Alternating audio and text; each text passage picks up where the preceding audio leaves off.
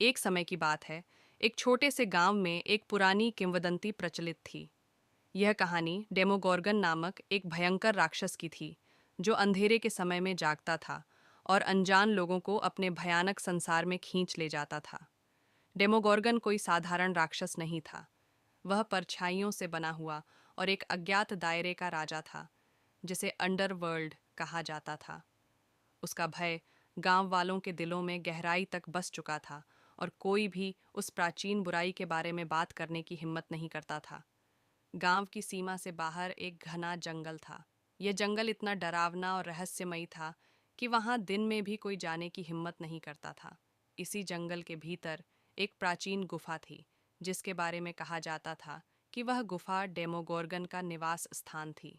जो भी उस गुफा के पास जाता फिर कभी वापस नहीं लौटता। गांव में रहने वाला एक युवा लड़का अर्जुन हमेशा से इस दैत्य के बारे में सुनता आया था, पर उसने कभी इस पर विश्वास नहीं किया।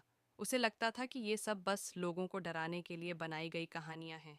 लेकिन उसके जीवन में एक ऐसा समय आया जब उसे अपने संदेहों का सामना करना पड़ा। एक रात जब पूरा गांव गहरी नींद में था, अर्जुन की छोटी बहन गायब हो गई। उसने सोने से पहले उसे अपने कमरे में देखा था, लेकिन सुबह होते ही वह गायब हो चुकी थी। अर्जुन ने गांव के हर कोने में उसे ढूंढा, लेकिन वह कहीं नहीं मिली। गांव वालों ने कहा कि डेमोगोर्गन उसे उठा ले गया होगा। अर्जुन को यह बात सुनकर पहले विश्वास नहीं हुआ, लेकिन उसकी माँ की हालत देखकर उसे एहसास हुआ कि उसे कुछ करना होगा। अर्जुन ने निश्चय किया कि वह अपनी बहन को बचाने के लिए डेमोगोर्गन की गुफा में जाएगा। लोगों ने उसे बहुत समझाया कि वह अपनी जान खतरे में डाल रहा है, लेकिन अर्जुन के दिल में केवल एक ही बात थी, अपनी बहन को वापस लाने का संकल्प। उसने अपनी तलवार उठाई और जंगल की ओर बढ़ चला। जंगल के अंदर घुसते ही अर्जुन को अजीब सी सर्दी महसूस हुई। पेड़ पौधे सूखे और मुरझाए हुए थे, जैसे वहां वर्षों से कोई जीवन न हो। हवा में भय और रहस्य का आभास था। थोड़ी ही दूर चलने के बाद अर्जुन को गुफा का प्रवेश द्वार दिखाई दिया।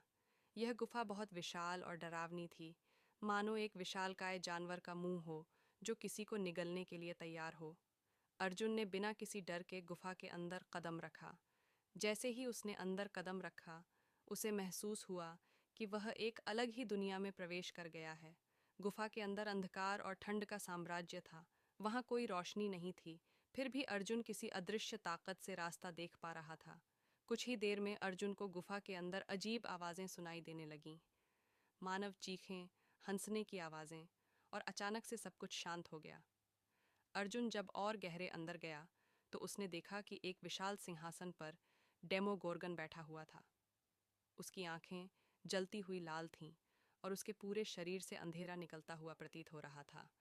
डेमोगोर्गन ने अर्जुन को देखते ही अपनी भयंकर हंसी से गुफा को गूंजा दिया। उसने कहा, तूने हिम्मत की, मानव, लेकिन जो यहाँ आया है वह कभी लौट नहीं सकता। अर्जुन ने अपनी तलवार को कसकर पकड़ते हुए कहा, मैं अपनी बहन को लेने आया हूँ और मैं उसे लेकर ही जाऊंगा। उसकी आवाज़ में दृढ़ निश्चय था, लेकिन डेमोगोर्गन उसकी बात सुनकर और भी जोर से हंसा। यह संसार मेरे नियंत्रण में है, डेमोगोर्गन ने कहा। यहाँ से कोई जीवित वापस नहीं जा सकता। तेरी बहन अब मेरी कैदी है और तू भी जल्द ही मेरे अधीन होगा। अर्जुन ने डेमोगोर्गन पर हमला करने की कोशिश की, लेकिन उसकी तलवार डेमोगोर्गन के शरीर के पास पहुंचते ही टूट गई। डेमोगोर्गन ने हवा में अपने हाथों को उठाया और अर्जुन को एक शक्तिशाली झटके से दीवार से धक्का दे दिया।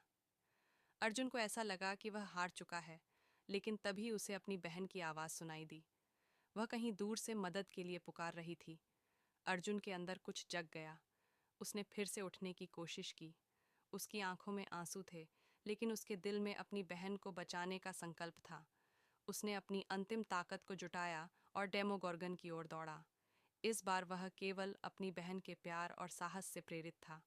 अचानक गुफा के अंदर एक चमत्कारी घटना घटी। अर्जुन की छाती से एक तेज रोशनी निकली, जो सीधा डेमोगोर्गन की ओर गई। वह रोशनी इतनी तेज थी कि डेमोगोर्गन चिल्लाते हुए पीछे हट गया।